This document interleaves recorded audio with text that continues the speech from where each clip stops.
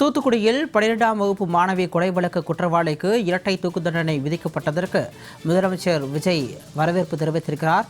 தற்போதைய அண்மை செய்தியாக நாம் பார்த்துக் கொண்டிருக்கிறோம்.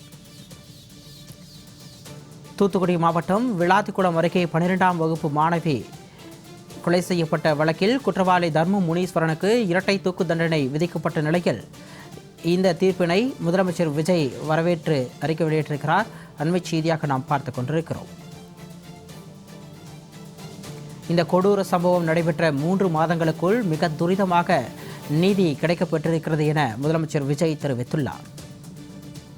கூடுதல் விவரங்களோடு எமது செய்தியாளர் ஜெயலானி இணைப்பில் இருக்கிறார். வணக்கம் ஜெயலானி. தமிழ்நாட்டையே உலுக்கிய 12ஆம் வகுப்பு மாணவி கொலை வழக்கில் இன்று தீர்ப்பு வழங்கப்பட்ட நிலையில் இந்த தீர்ப்பிற்கு வரவேற்பு தெரிவித்திருக்கிறார் முதலமைச்சர் விஜய் அவர்கள். இது தொடர்பான விரிவான விவரங்களை பதிவு செய்யலாம். வணக்கம் ஸ்ரீகாமணி.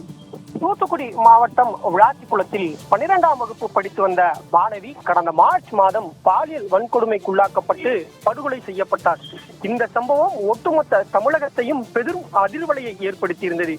இந்த நிலையில் இவ்வழக்கில் இன்றைய தினம் தீர்ப்பு என்பது வழங்கப்பட்டிருக்கிறது. அந்த தீர்ப்பில் குற்றவாளியான தர்ம முனீஸ்வரனுக்கு தூத்துக்குடி மாவட்ட போக்சோ நீதிமன்றம் 2 தூக்கு தண்டனையை விதித்து தீர்ப்பளித்து உத்தரவு என்பது பிறப்பித்திருக்கிறது. இந்த நிலையில் இந்த விவகாரம் தொடர்பாக சமூக வலைதள பக்கமான எக்ஸ் வலைதள பக்கத்தில் தமிழ்நாடு முதலமைச்சர் ஜோசப் விஜய் ஒரு பதிவினை பதிவிட்டிருக்கிறார். குறிப்பாக இவ்வழக்கில் 71 சாட்சிகளிடம் விசாரணை என்பது நடத்தப்பட்டு துரிதமாக விசாரிக்கப்பட்டு குற்றவாளியான தர்ம முனீஸ்வரனுக்கு பாலியல் குற்றம் மற்றும் கொலை குற்றத்திற்கான 2 தூக்கு தண்டனை என்பது வழங்கப்பட்டிருக்கிறது. இக்கொடூர சம்பவம் நடைபெற்று 3 மாதங்களுக்குள்ளாக மிக துரிதமாக நீதி வழங்கப்பட்டுள்ளது. பெண்கள் மற்றும் குழந்தைகளின் பாதுகாப்பினை உறுதி செய்திடும் அரசின் நடவடிக்கைகளுக்கு உற்ற துணையாக வழங்கப்பட்டுள்ளது. இந்த தீர்ப்பு வரவேற்கத்தக்கது என்பதாக தனது எக்ஸ் வலைதள பக்கத்துல பதிவிட்டிருக்கிறார். குறிப்பாக தூத்துக்குடி மாவட்டம் விளாத்திக்குளத்துல 12ஆம் வகுப்பு மாணவிக்கு நேர்ந்த இந்த சோகம் என்பது ஒட்டுமொத்த தமிழகத்தையும் உலுக்கி இருந்தது.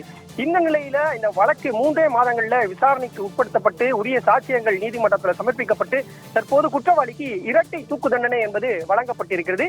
இதனை வரவேற்கும் விதமாக தமிழக முதலமைச்சர் ஜோசப் விஜய் தனது எக்ஸ் வலைதள பக்கத்தில் வரவேற்று பதிவினை பதிவிட்டிருக்கிறார். சிகாமணி, அண்மை தகவலோடு இணைப்பில் வந்தமைக்கு நன்றி ஜெயலானி.